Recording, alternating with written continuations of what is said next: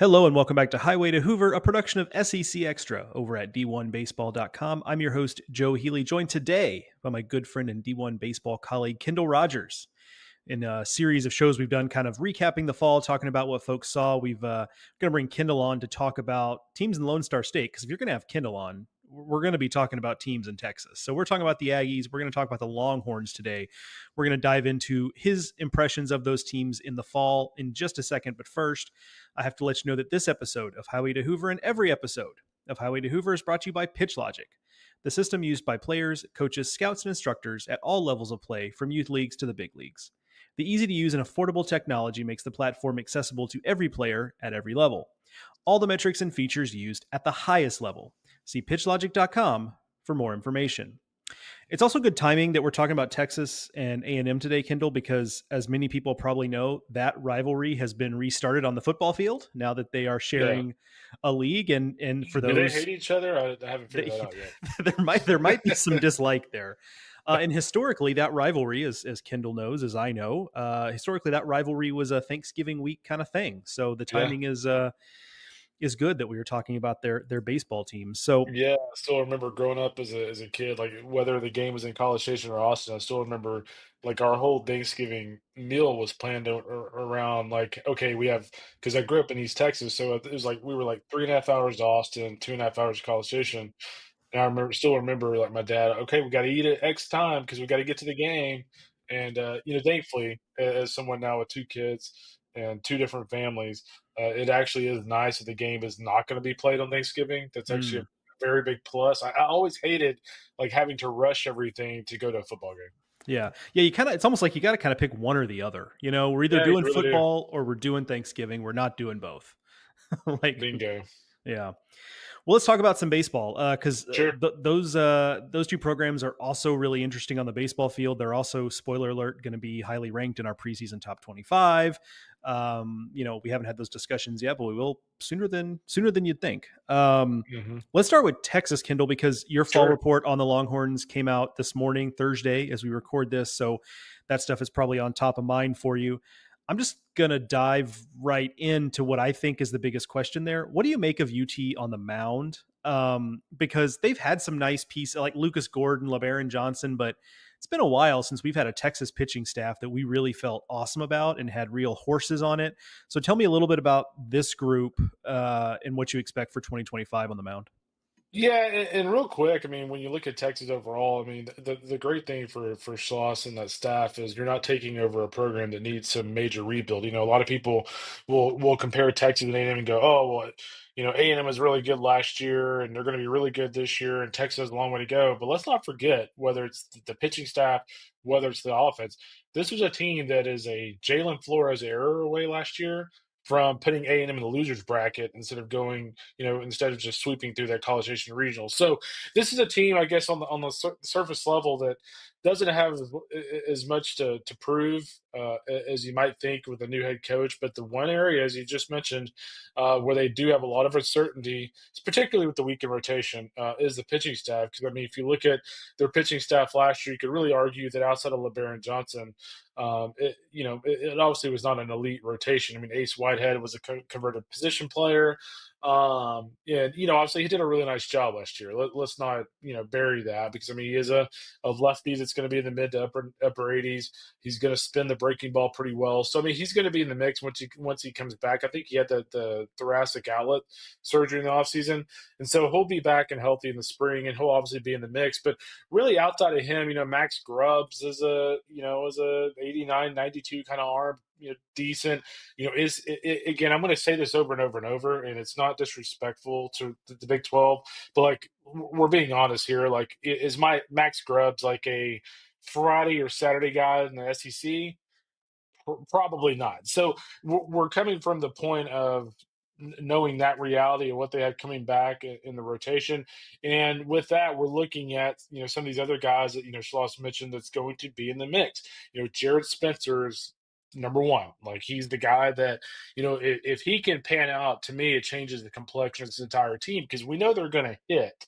The question is, can they get frontline starting pitching? And Jared Spencer, I saw him a couple years ago in the Fort Worth Super Granted, this was out of the bullpen, but I mean, it was 96, 98 with like a wipeout slider. Obviously, he's not going to be able to hold that for 7 innings as a starter, but he made 9 starts last year for the Sycamores.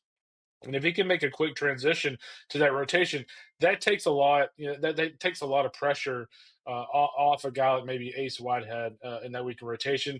Ruger Riojas from UTSA is a guy that that Schloss, I mean, was really high on. Max Wiener's really high on him. He did a really nice job at UTSA last year with Patrick Hallmark, and again, he was 93, 95 in the fall. And 2 or 3 inning stints with really good life on his fastball. Max continues to kind of teach his secondary stuff a little bit more. They're trying to get him stronger so that they can extend him. So I think in a perfect world, if Ruger can give you 6 innings, I think they'd be really happy with that because they got a lot of options on the mound. Luke Harrison's a guy that is not going to be a new name for Texas fans. I actually really, really liked him his freshman fall. I want to say he was 92, 93 with like a really nasty curveball. Obviously, injury, and then he comes back last year, just wasn't the same. It's been a little bit of a uphill climb for him, but they kind of feel like he's finally back to what he used to be. Which, if he is now what he was the first time I saw him as a freshman in the fall, he could be a big time breakout candidate because it's all there for him. And then the other guy that Jim mentioned that could be in the mix is Cody Howard. The talented right hander. The slider's a really nice pitch for him. He's had velo up to 92, 93 in the fall, and so they're pretty bullish on him, and of course you have other options, right? I mean, Thomas Burns, which is kind of interesting because he's ASU's Friday guy last year. They expect him to be in the bullpen to start the season. He was up to 96, 97 on the bullpen this fall. Jim really likes him in that role, so in essence, the rotation really hinges on Riojas and Spencer, and then of course Whitehead coming back from that injury. Then outside of that, it's just a pitching staff loaded with relievers. The bad news is the rotation's a question mark. The good news is, I mean, they're going to be if their starter gets in trouble in the third inning, they're going to be able to go boom, boom, boom, boom, and they won't skip a beat. Yeah, it strikes me that because they're going to be leaning on guys like Spencer and Riojas to maybe start some games, like that feels like what it's going to look like, which is just there's no such thing as like we're hoping this guy goes 6. It's like, nope, if he gives us 9 outs, great. If he gives us 12 outs, better. If he gives us 15 outs, we're feeling great about it. But we're just Yeah, going to it's the throw old pitchers John at you. Cohen approach, the old Luis Polarina approach. That's right. Yeah. Little lefty. Yeah. The previous coaching staff with David Pierce is like, they deserve some credit for winning a lot Mhm. of games with like Whitehead and Grubbs and, I don't know how they did it. Tristan Stevens a few years ago, like, Yeah. those types of guys. But on the other hand, it's like, this is Texas. Like, why, Hmm. why are we having to win games like that? Right. Yeah. So that'll be interesting to see going forward. I wanted to touch on something else too, you alluded to, which is this A&M got a lot of credit, and they should, and we'll talk about them shortly, about holding that roster together when Schlossnagle left to go to Texas. But I think Yeah. you also have to give Schlossnagle and his staff credit because they largely held that roster together, right? They get Jalen Flores back. Guys like Will Gasparino and Max Ballou, like, probably could have gone anywhere they wanted to go if they wanted to leave. And yet they stuck around. And I get that Texas is Yeah. a cool place to go to college. So it's not like, a lot of people don't want to leave UT, but Yeah. like, they would have had options and they chose to stay. And I feel like the coaching staff deserves a lot of credit for that too. Yeah, there's no question about that. They did a really nice job kind of re-recruiting those kids. Mike Early did the same at A&M. I think the common denominator here, let's not bury the lead. I mean, the common denominator here with both of these programs is that they both have really robust NIL operations, and Sure. that Yeah. obviously, especially in the case of Jalen Flores, if he was willing to sign, he probably would have been drafted a lot higher, and B, would have gotten a pretty handsome signing bonus. But yeah, they did a really nice job keeping those guys. They did a really nice job keeping freshmen, adding freshmen. I didn't mention these 3 freshman. I should mention them. But, Dylan Volantis, the lefty out of California, 6'6", 200, obviously needs to gain some strength, just a really tall, lanky guy. But, Jim said he kind of reminds him of Ryan Prager a little bit, kind of a high slot guy, 91, 92. Jason Flores, speaking of the Flores namesake, kind of the Chris Cortez starter pack. Needs to throw more strikes, but a talented freshman righty. He was up to 98 in the fall. He did not pitch the day I was there, but obviously electric stuff. And the guy I really liked. If you're looking for a freshman on this pitching staff that's going to be a superstar in a couple of years, maybe even next year, it's Drew Rarick out of the Dakotas. I mean, I kind of said this. This is my comp for him, even though he's a righty. It kind of reminds me of Aaron Marsden, if you remember him in Nebraska, the big lefty. Like he just looked like somebody you would mess with, right? He looked like a dude who's been baling hay since he was like 4 years old. That's kind of the way Drew is. He's 6'5", 230. Was up to 95, 96 the day I was there. Pretty good slider and just an ultra competitive guy. As Jim kind of told me yesterday, like they're probably not going to throw him in the mix in the rotation right off the bat, but he certainly has the stuff as the season progresses to elevate his role. So keep an eye on those three young arms. They're going to be really good. You got to be tough, man, to play baseball in the Dakotas growing up, Oh because like not only is it just cold basically all the way through the end of the school year, but also you got to travel a long way to play other teams. This isn't yeah, like where I grew up, where you live now, where it's like you can't swing a cat without hitting some other travel ball team. Like you yeah. can, but if you got to really want to play Yeah, there's baseball, not many travel ball teams in Minot, North Dakota, or whatever. no, like you got to really want to play baseball to play baseball in North Dakota. Last thing on Texas before we move on to A&M quickly. Sure. A lot of veteran back in the lineup, not only guys that Mhm. were there at Texas last year, but Easton Winfield, a guy who has some experience at ULM, some other transfers in the mix. Are there young players that stand out on the position player side that you think could break through, or maybe just names we need to know for like 26 and beyond? Yeah, I mean, I do want to mention Winfield, even though he's not at 26. They kind of compare him a little bit to Caden Sorrell that they had at A&M last year. If he's like 80% of Caden Sorrell, that's really good because Caden Sorrell's a really good player. Winfield had a really good fall. He's a rising prospect. I think he's going to fit in nicely in that lineup. But in terms of young players, that's a really good question. This is a lineup that has the luxury of really not having to have those young guys contribute a lot in year one. I would say the two names that would stand out to me are left-handed hitting Cole Chamberlain, 6'2", 215. Showed quite a bit of power in the fall. He's right now he's probably the second or third string catcher, but he's right there with Kimball Schuessler at first base. He did work in there along with Schuessler, so he's definitely going to get playing time. It's just a matter of how much, but they really like his bat. Jaquay Stewart's another guy that, again, the one thing that the Texas is emphasizing right now is they're very right-handed heavy. So guys like Jaquay Stewart that are either switch hitter or left-handed hitter, they're going to get playing time this year. And then the other guy that we definitely did mention is Adrian Rodriguez. I want to say he originally committed to A&M, but he followed Jim and that staff over to UT, and they think he's going to be really good.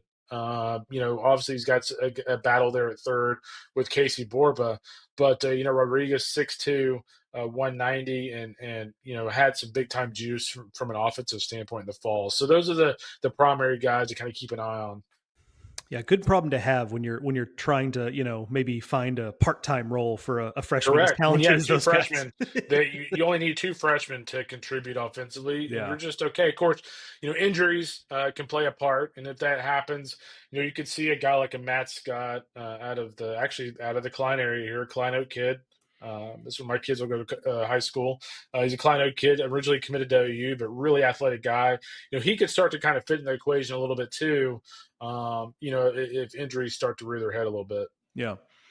Let's move on to A&M. My Mhm. big question there is, I mean, first of all, we haven't, like I mentioned earlier, have not done our top 25 meetings yet, but I have a hard time imagining us landing on anything but A&M as the preseason number one. Yeah. When you saw them, did they strike you just on to the naked eye as, whoa, this is the juggernaut that we think it is? Yes. I'm one of those people, like, I'm not easily impressed. I always think of like again, I'm not throwing like certain scouts under the bus here, but like, I'll talk to some scouts and they'll be like, "Oh man, this guy, this kid and this kid and this kid and this team, oh man, they're incredible." And they saw him one time, and then you go watch them and you're kind of like, I mean, I'm not seeing it. Well. I saw them one time, and it's like one of those things where, Wyatt Hensler, I think they list him at 6'2", 210. Mike Early was telling me yesterday he's like 6'2", 225 now. Mm. I don't think they have a single player that played in the scrimmage that I went to that was under 6'1", 6'2". I mean, they looked the part. I mean, first of all, they looked the part during BP. They were just launching balls. They looked the part. They take the field, and I mean, the thing about them, and I guess in a way, it's kind of scary in terms of just the expectation level. But like, there's not a weakness with this team. I mean, you look at their offense. You lose a guy like Brady Montgomery, but what do you replace him with in the lineup? Oh, Wyatt Hensler, who has like a bazillion at bats in college baseball and has hit 15 or more home runs his last 3 years, and is a certified genius. That's who you're replacing Brady Montgomery with. And so, the pieces they did lose, they were able to replace nicely. Caden Sorrell. I mean, when I saw him in the fall, I had really hit the weight room hard. He was much bigger. Obviously Grohovic and Lavalette missed the fall, nursing some minor injuries. Lavalette did come back the last 2 weeks, and I mean, Early was telling me yesterday, like, oh, he looks even way better than he did last year. And I'm sitting there thinking, like, wait, how in the hell can he look way better than he did last year? Like, I mean, what, like, Yeah. like, can you explain to me how he looked a lot better? So, Yeah. I guess in essence, like, I love their lineup top to bottom. There's not a weakness in that lineup. Hell, I love their bench guys like Jamal Mm. George, who was a Team USA trials guy, like is kind of their Swiss Army knife backup. Like he could play catcher on a midweek. He could come in and play in the outfield. He could pretty much play anywhere. And so the fact that a guy like Jamal George is on the bench for them, and I say that in a nicest way possible, is a testament to how good they're going to be. I will say this about A&M though. A lot of people have this assumption that, hey, Mike Gurley has it easy. Like, man, this is the easiest Mm. job he could ever do. I actually think this might be one of the toughest jobs he'll have to ever do in his first year because, you're managing egos. You've got, what one through you could list out numbers and names one through 11 or 12, and all 12 of those guys legitimately could be a starter for your team. So you got to manage those egos. If you look at the pitching staff, yeah, they lost a couple of guys. They lost Shane Sadeo to injury for the year. But you have, Ryan Prager back, Caden Wilson, who was really good in Omaha last year. He's back. Justin Lampkin's back. And by the way, you got all these other arms that feel like they need to pitch too, or they should be pitching because they had really good falls. So I think more so than Early's coaching will be his ability to manage that locker room because we could sit here and I was even talking about it with him yesterday. We could sit here all day long and say, oh yeah, he already knows those kids. He's got relationships with them. This will be an easy transition. But like he said, it's way different than him at a coaches meeting or in pregame telling Jim, hey, here's what I think we should do. By the way, in a game, everybody's going, hey, you tell us what we need to do. It's a different mentality. It's a different like responsibility. So just how he manages that will be interesting. But yes, I mean, I know plenty about other teams, and I would be floored if this would not be our number one team. I think they're going to be better on the mound than they were last year, and they'll certainly be as good or better offensively. I tend to agree with you. You led me to a question I wanted to ask you, which is that Michael Early. You've known him for a while, so I feel like Yeah. you're uniquely qualified to answer the question. What about him do you think serves him best as he tries to? I mean, this is his first coaching job. This is a big head coaching job for it to be your first head coaching job. What do you like about him that you think is going to allow him to succeed in this spot, if indeed they are as good as we think they Yeah. could be? Well, I mean, let's be very honest and very very fair about this. Do I think Mike Gurley's a pretty good coach? Yeah. Do I think he's going to be an awesome head coach? I mean, he has the resources to do that. They're going to put him in a very good spot. I think he's a really good coach. He's a very smart guy. So, percentages and analytics would tell me he's probably going to do pretty well. But there is that element of like he's never been a head coach before. So that is the caveat here. But I will say this about him, and this is going to probably sound like I'm being critical of him, and he's probably going to laugh. And he's going to go, "I know exactly what he's talking about." But the thing that I really like about Mike Gurley, and it's a little Tony V-esque, is he thinks he's really good. when you talk to him about getting that job, when you talk to him about running that program, he has got a lot of confidence. He like kind of reminds me of like a Kenny Powers kind of character in the sense of like he kind of struts around like he's Augie Garrido when he's a first year head coach, and so and it's not in a bad way. Like some people take that as like, oh, he's like like why the hell does he think he's so good? He's done nothing. But no, it's just a belief that he thinks he knows what it takes to be an elite head coach, and he's certainly been under some guys that have taught him that to some degree, whether it's Jim, or Tracy Smith, or guys that he dealt with in pro ball. I do like the fact that there is an edge to him. He doesn't think that this is some job where he just walked in and everything was given to him. This is a job that he thinks he's going to go out and have to kind of earn people's respect a little bit. He's got a little chip on his shoulder, and I think his team's going to play like that. And if they do, it could be pretty bad news for opposing teams. Yeah, no doubt about that. On the mound for A&M, the Mhm. rotation seems, I don't want to say set, but between Prager and Lampkin and Troy Wansing, remember that guy is back.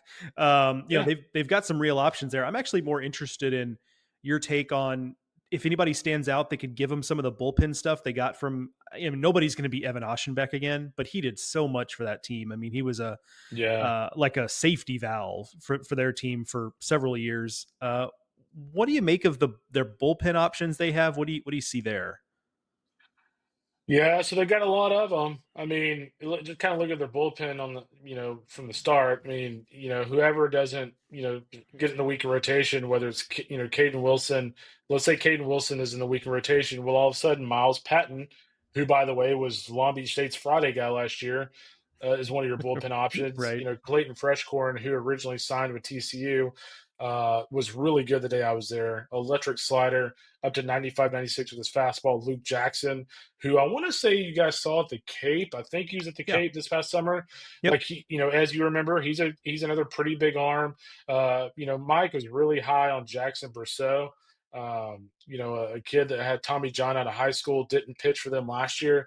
He was up to 96, 97 with his fastball this fall. He thought, he thought before the fall and continues to think he's going to be really good. Weston Moss. I'd actually, when I was putting these notes together, I'd kind of forgotten. Oh yeah, Weston Moss. He those 94, 95, and he's like kind of buried in their depth chart last year. He's back for another season. Then Brad Rudis is back for. I guess he's on the Cam Guangarina plan. He's back for like his 19th year in College Station. So I Yeah. mean, they've got a lot of options. It'll be interesting to see what Brad Rudis does with his 3 PhDs when he's done. I Really know. can't wait I to mean, find out. how many people from Madisonville, Texas, have 3 PhDs? Shout out to the Buckies, Madisonville, Texas, Yeah. a Buckies.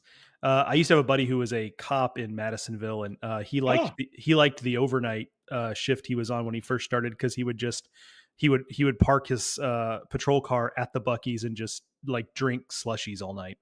That was that his sounds terrible. life. Yeah, he put on some weight. You'll be shocked to find out.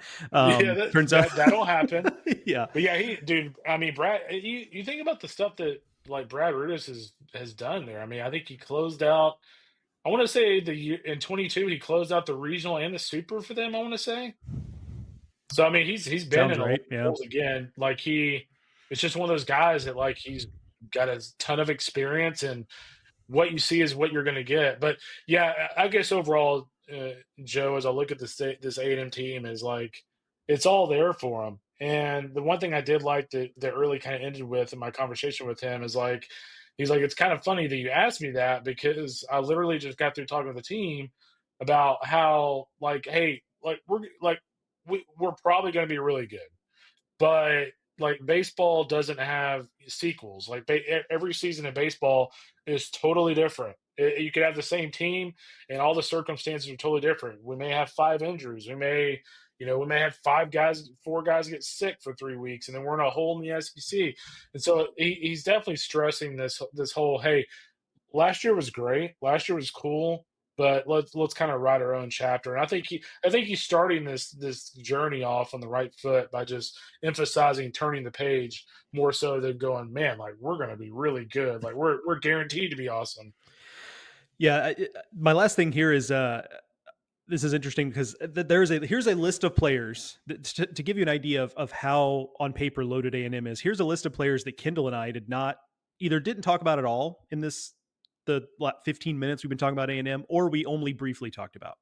Gavin Cash, Grant Cunningham, Matt Hmm. Bergevin, who put up big numbers at Fairfield, Jacob Galloway, USC starting catcher, Bear Harrison, St. Mary's starting catcher. And then all these Yeah. freshmen that, of course, we don't know, what they'll be. I don't know about you, Kendall, but it makes me feel old to see Terrence Keel the second as one of the players on their team. Yeah, Between and like him, he's like a 80 grade runner, yeah, and like he's buried on the depth chart. They're actually wanting to get him somewhere for some games just because he's so electric on the base pass. But I'm glad you mentioned Cash real quick because I mean honestly, the day I was there, it kind of escaped me, but like he was the best hitter I saw, which is really interesting because if you remember back at Texas Tech last year, I mean their fans kind of bagged him pretty good, and to some degree, rightfully so, because his strikeout numbers were outrageous. But I mean, they kind of figured something out because I mean, when I saw him in the fall, it was really good. Really good eye for the ball at the plate. Was able to lay off a lot of pitches, and every single like ball that went off his bat was just I mean, absolute hammer. So he's kind of back to his old form. And I mean, again, you think about that offense: Grahovic, Lavalette, Sorrell, Cash, Hensler. I mean, it's just like the who's who of college baseball. do you think there's another human, forget athlete, another human who has been a student at Texas Tech, and Texas A&M in their academic career? Because that's what Gavin Cash is. Like, it's hard to imagine another human. Can we get him one more year and like get him to like LSU Yeah, or the let's get him UMH or some. something? Yeah, let's get him. Yeah, whatever. That's hilarious. So yeah, I hadn't even thought about that. But that's Gavin just really likes to navigate the state, man. That's right. And he knows Maybe he'll go the to Sam geography well. next. Maybe he'll be that Yeah, rare player that goes Texas, Texas Tech, Texas A&M, and then just decides he wants to get his PhD in Huntsville. that's right. Yeah, get you a criminal justice PhD or There you go. education PhD. That, folks, is going to do it for this edition of Highway to Hoover, a production of SEC Extra over at d1baseball.com. Enjoyed talking Texas and Texas A&M with my D1 baseball colleague Kendall Rogers. So, Kendall, I appreciate you joining us today and helping us out. You got it, buddy. Thanks. Uh, Thank you to Pitch Logic for sponsoring this and every episode of Highway to Hoover, and thank you, the listeners, for listening. We'll talk to y'all soon.